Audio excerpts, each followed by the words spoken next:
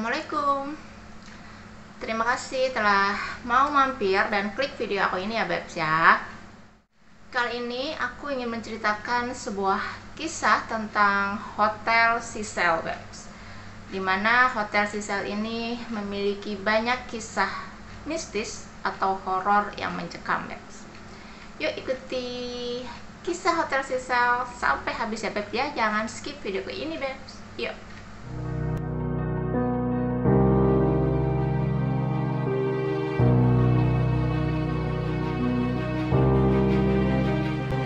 Sekilas memang tidak ada yang aneh dengan hotel yang berada di Los Angeles, California, Amerika Serikat ini, Babs.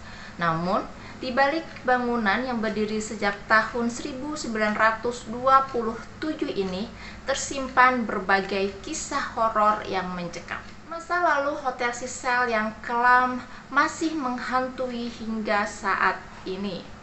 Mulai dari bunuh diri, misteri hilangnya seseorang hingga pembunuhan berantai. Sejumlah orang berpendapat bahwa kutukan telah menimpa Hotel Cecil ini, Babs. Hotel Cecil terletak di tengah kota Los Angeles. Hotel indah dengan bangunan bergaya Eropa kuno ini dibangun sekitar tahun 1920-an. Di luar predikatnya sebagai hotel berhantu, Hotel Cecil merupakan pilihan yang tepat bagi para wisatawan. Karena letaknya yang berada di jantung kota, biayanya juga tidak terlalu mahal, menjadi salah satu nilai tambah bagi para turis. Sayangnya, semua kelebihan yang dimiliki oleh hotel yang berkapasitas 700 kamar ini seolah terpuruk oleh reputasi buruk Hotel Cecil sebagai hotel yang berhantu. Inilah beberapa kisah tentang Hotel Cecil, kisah misterinya. Aku rangkum sebagai berikut ya, Babs. Yang pertama, pada akhir Januari 2014 kemarin, seorang warga yang tinggal di sekitar Hotel Cecil tak sengaja menangkap sosok misterius di Hotel Cecil itu. Pria ini mengambil gambar foto aneh yang menggantung di luar jendela lantai 4 hotel tersebut. Dia mengaku dihantui selalu mimpi buruk setelah mengambil foto tersebut, Babs.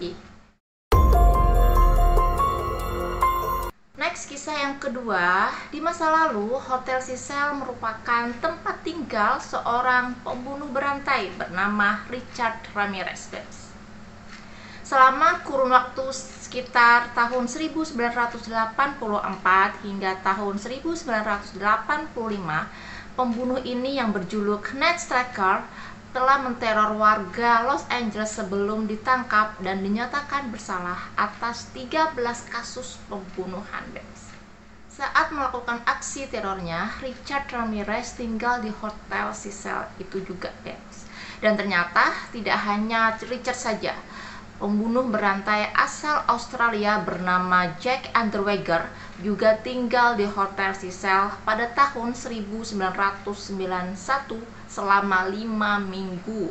Selama 5 minggu itu, Jack telah membunuh 3 wanita, Jack yang bekerja sebagai wartawan kriminal mengaku kepada pihak kepolisian bahwa ia terinspirasi oleh Richard Ramirez yang juga sebagai pembunuh berantai, Lanjut, kisah misteri yang ketiga tentang Hotel Cecil adalah jauh sebelum para pembunuh berantai tersebut tinggal, gitu, Di Hotel Cecil, hotel ini juga mempunyai reputasi buruk sebagai lokasi bunuh diri. Tahun 1962, wanita bernama Pauline Otten melompat dari jendela lantai 9 setelah terlibat pertengkaran dengan suaminya, Tragisnya, tubuh wanita berusia 27 tahun ini menimpa seorang pejalan kaki yang akhirnya ikut tewas. Peristiwa bunuh diri lainnya juga terjadi pada 11 Februari tahun 1962. Kala itu wanita bernama Judy Moore melompat dari jendela kamar lantai 8 tempat ia menginap. Dan terjadi lagi pada 22 Oktober 1954 yang bernama Helen Journey. Wanita berusia 50 tahunan ini juga bunuh diri melompat dari kamar lantai 7 dan mendarat di atap lobi hotel. Tercatat masih banyak kasus bunuh diri lainnya yang terjadi di hotel Cecil itu. Next, kisah yang keempat, peristiwa pembunuhan juga pernah terjadi di hotel Cecil ini, Pembunuhan yang menimpa seorang wanita bernama Goldie August ini disebut-sebut sebagai pembunuhan yang paling keji yang terjadi di hotel Cecil juga. Goldie ditemukan tewas mengenaskan di kamarnya, Pembunuhan yang terjadi pada tahun 1964 ini tidak pernah terbongkar siapa sebenarnya pelakunya, Rangkaian peristiwa berdarah dan misterius yang terjadi di Hotel Cecil itu puncaknya terjadi pada 19 Februari 2013 silam. Ditemukan sesosok jasad wanita di dalam tangki air, Penemuan jasad wanita ini itu adalah kisah yang kelima berarti ya. Penemuan jasad ini itu dimulai ketika para penghuni hotel Cecil mulai mengajukan komplain kepada pengurus hotel, mengenai aliran air yang semakin hari kok malah semakin kecil gitu ya. Jadi para pengunjung atau tamu hotel menghubungi pembina gedung atau pengurus gedung untuk menanyakan apa tuh yang terjadi, kenapa airnya kok kecil gitu ya. Terus akhirnya pihak petugas pemelihara gedung pun segera mencari tahu apa penyebabnya dan langsung menuju atap hotel di mana tangki penampungan air itu berada, Dan ternyata petugas gedung sangat terkejut melihat ada sesosok jasad wanita berada di dalam tangki air itu, Dan ternyata jasad itu diidentifikasi adalah seorang tamu yang pernah menginap di Hotel Cecil. Jasad wanita tersebut diidentifikasi sebagai salah satu penghuni hotel yang telah dinyatakan hilang selama 19 hari, yang bernama Elisa Lam. Elisa Lam adalah seorang mahasiswi di The University of British Columbia, Kanada. Gadis kelahiran 30 April 1991 ini pergi ke Los Angeles seorang diri dan menginap di Hotel Cecil. Staf hotel mengaku melihat gadis ini terakhir kalinya pada tanggal 31 Januari. Peristiwa penemuan jasad Elisa Lam di dalam tangki air menjadi perbincangan hangat seluruh dunia, Mereka menduga dan menerka-nerka apa yang sebenarnya terjadi pada gadis berkacamata ini. Sebelum jasad Elisa Lam ditemukan pada tanggal 13 Februari, kepolisian Los Angeles sempat merilis sebuah rekaman CCTV milik hotel untuk meminta bantuan masyarakat yang mungkin melihat atau mengetahui keberadaan Elisa.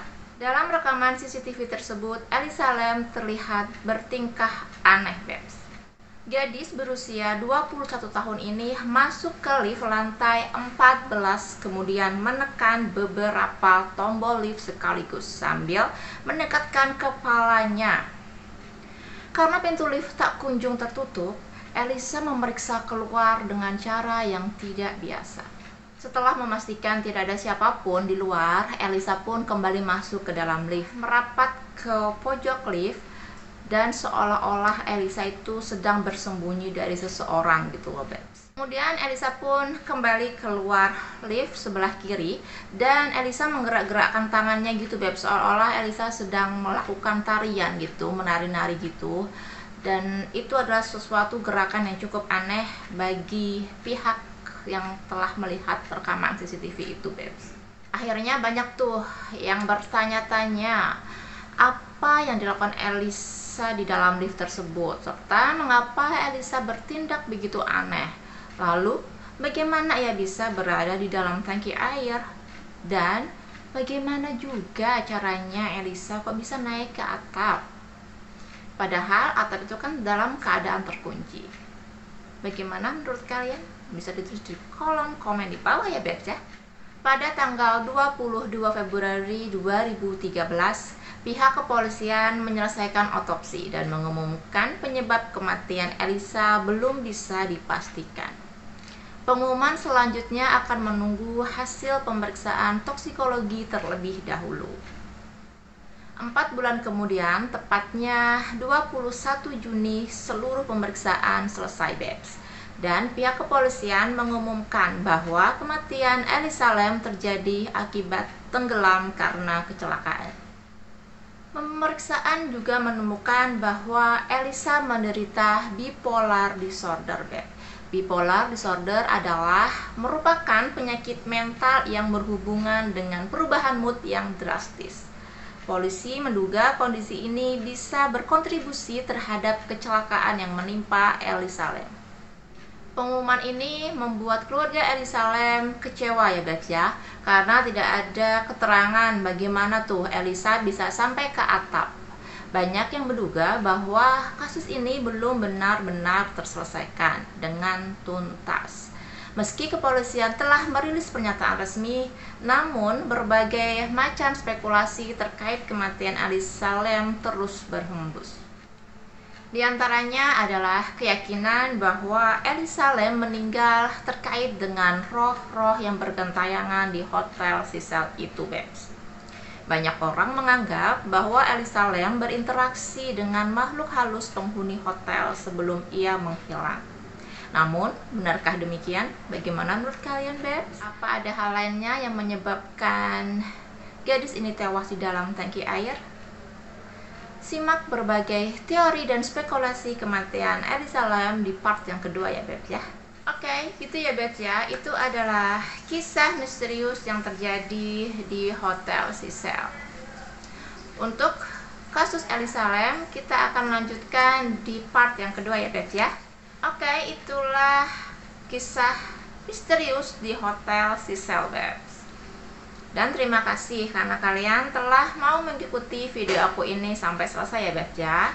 Jangan lupa untuk bantu subscribe, like, dan juga komennya Beb, agar channel aku ini makin berkembang lagi. Dan sampai jumpa di video aku selanjutnya Beb. Assalamualaikum.